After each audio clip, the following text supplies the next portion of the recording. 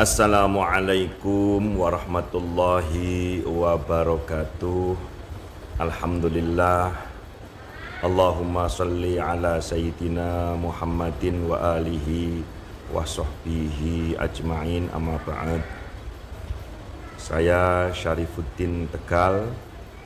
Hari ini tanggal 30 Mei tahun 2024. Di pagi yang cerah ini saya ada di wilayah daerah Banten, mencoba ingin meluruskan atau semacam menjelaskan terkait fatwa atau bisa jadi ungkapan, uraian, ucapan dari yang kami muliakan Rois Am, pengurus besar Nahdlatul Ulama Kiai Haji Miftahul Akhyar, di mana beliau pada suatu kesempatan di acara di daerah Gresik menyatakan bahwa orang yang membatalkan nasab Habib, orang yang membatalkan nasab Pahlawi, yakni batal bukan sebagai zuriyah Nabi, bukan sebagai keturunan Nabi Muhammad Sallallahu Alaihi Wasallam, yakni Kiai Haji Imaduddin dan beberapa kiai yang lain seperti juga Kiai Haji Abbas Buntet, Kiai Haji Nur Ikhya, ahli filologi Profesor Manaham Ali, kemudian Kiai Yusuf Mubarak, dan beberapa kiai ulama yang lain yang meyakini sampai dengan hari ini bahwa Habib Pahlawi itu nasabnya batilun mungqatiun, tidak tersambung kepada Rasulullah Shallallahu Alaihi Wasallam, di mana Rois Am PBNU, dan saya harap ini adalah sabku lisan, kepleset lisan karena mungkin panggung dan lain sebagainya. Beliau menyatakan bahwa kelompok pembatal nasab dihukumi Khawarij. Kelompok pembatal nasab dihukumi orang Wahabi ataupun Syiah. Ngapunten Kiai Miftah, ngapunten. Belum ikut yang Tegal. Saya ini orang Tegal, pernah jadi pengurus IPNU, pernah jadi pengurus NU, dan juga baru kemarin saya pernah di Ansor, mulai dari tingkat ranting, anak cabang 2 periode, pengurus wilayah Gerakan Pemuda Ansor Jawa Tengah, dan juga menjadi salah satu pengurus pusat Gerakan Pemuda Ansor di zaman Gus Yakut Khalil Kaumas. Maksud saya begini Kiai, saya berharap panjenengan lebih bijak, lebih arif. Artinya kalaulah memang panjenengan tidak sependapat atau tidak sepemahaman dengan Kiai Haji Imaduddin Utsman terkait batalnya nasab Pahlawi, itu hal yang biasa dalam khazanah keilmuan, di dalam konteks berpikir, itu biasa. Di kalangan Nahdlatul Ulama kita kenal dengan istilah ada tawazun, ada tawasud, ada i'tidal, ada tasamuh, di mana dengan kalimat panjenengan yang langsung menghukumi pembatal nasab adalah Khawarij, Wahabi ataupun Syiah, ini menurut pendapat saya Al-Fakir, ini semacam panjenengan itu kurang bisa menghormati khazanah keilmuan. Oleh karena itu sekali lagi saya berharap kepada yang mulia Kiai Haji Miftahul Akhyar untuk bisa lentur, untuk lebih fleksibel, untuk lebih bisa menghaluskan kata maupun sikap terkait polemik nasab ini.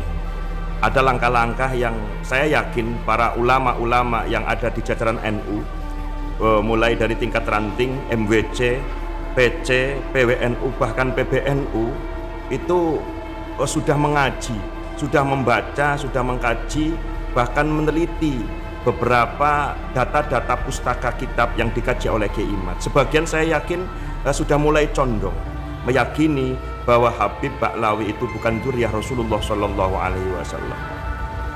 Kemudian Kiai Miftahul Akhyar yang kami hormati dan ulama-ulama NU lainnya, saya saksi hidup di mana hari kemarin saya melihat yang pertama bahwa Kiai Haji Imaduddin Abbas ini orang Nahdlatul Ulama, beliau pengurus NU, beliau punya pondok pesantren yang cukup besar di usia beliau.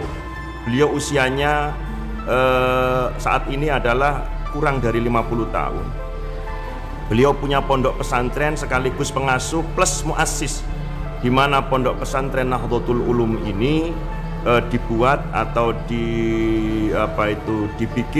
didirikan di tahun 2002, kisaran baru 22 tahun.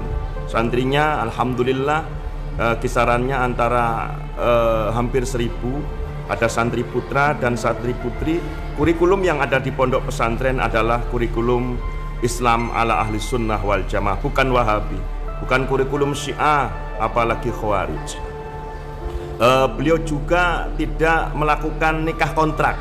Saya sudah ngobrol 2 hari 2 malam sama beliau. Nikah beliau ya secara kaidah fiqih, secara kaidah Islam ahlus sunnah wal jamaah.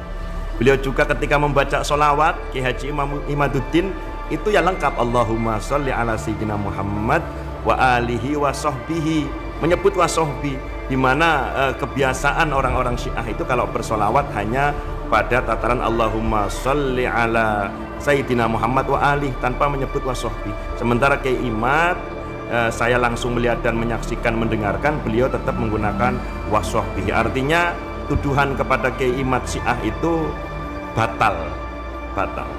Kemudian kalau dianggap Wahabi itu juga batal. Karena hari kemarin tanggal 29 Mei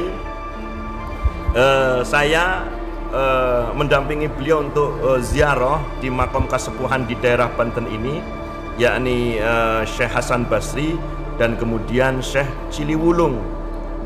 Beliau bersama saya, bersama istri beliau, kita melakukan tahlilan, kita ziarah kubur. Artinya Kiai Haji Imaduddin Utsman ini bukan Wahabi, bukan Syiah, apalagi Khawarij. Sekali lagi, tuduhan Khawarij untuk Kiai Haji Imaduddin, Wahabi dan Syiah itu tidak beralasan, tanpa bukti, dan maaf Kiai Haji Miftahul Akhyar, maaf sekali lagi, itu cenderung fitnah dan provokatif. Dan saya yakin Kiai Haji Miftahul Akhyar adalah sosok orang yang alim, orang yang arif, orang yang bijak, tentunya mudah-mudahan lebih bijaksana lagi, lebih legowo lagi, lebih lentur lagi untuk menyikapi pandangan yang dianggap berbeda ini. Selanjutnya, salam santun, salam hormat kepada para ulama, para kiai Nahdlatul Ulama, baik di jajaran Mustasyar, Suriah maupun Tanfidiyah, beserta badan otonomnya, Muslimat, Fatayat, Ansor, Ibnu IPPNU dan PMII, serta seluruh anak bangsa, anak negeri. Mari sikapi terkait polemik nasab ini dengan mengedepankan akhlakul arimah, sekali lagi dengan mengedepankan kesopanan, etika, dan keilmuan. Mari kita menstandarkan semuanya kepada salah satu ucapan Arab yang berbunyi ikhtilafi ummati rahmatun, dan ini diyakini sebagai hadis Nabi Muhammad SAW. Artinya perbedaan di umatku adalah merupakan rahmat. Jadikan polemik ini, jadikan perkaitan nasab ini sebagai rahmat dari Allah Subhanahu Wa Taala untuk semakin kita berburu ilmu, berburu berkah, berburu maslahat. Sekian, dan saya tutup, inna akramakum indallahi atqakum. Titik sentralnya adalah bahwa kemuliaan ada pada nilai-nilai ketakwaannya. Saya yakin banget seluruh komponen anak bangsa, seluruh orang-orang Indonesia menginginkan kesetaraan hak yang sama sebagai anak Indonesia, di mata hukum sama, tidak ada perbedaan antara suku tertentu dengan suku yang lain, antara ras tertentu dengan ras yang lain, antara kampung daerah tertentu dengan daerah yang lain, merasa lebih mulia sehingga dibolehkan untuk menghinakan kelompok ras, suku, daerah yang lain. Salam NKRI, NKRI harga mati, NKRI harga diri. Salam Indonesia merdeka, merdeka, merdeka. Allahumma sholli ala sayyidina wa maulana Muhammad.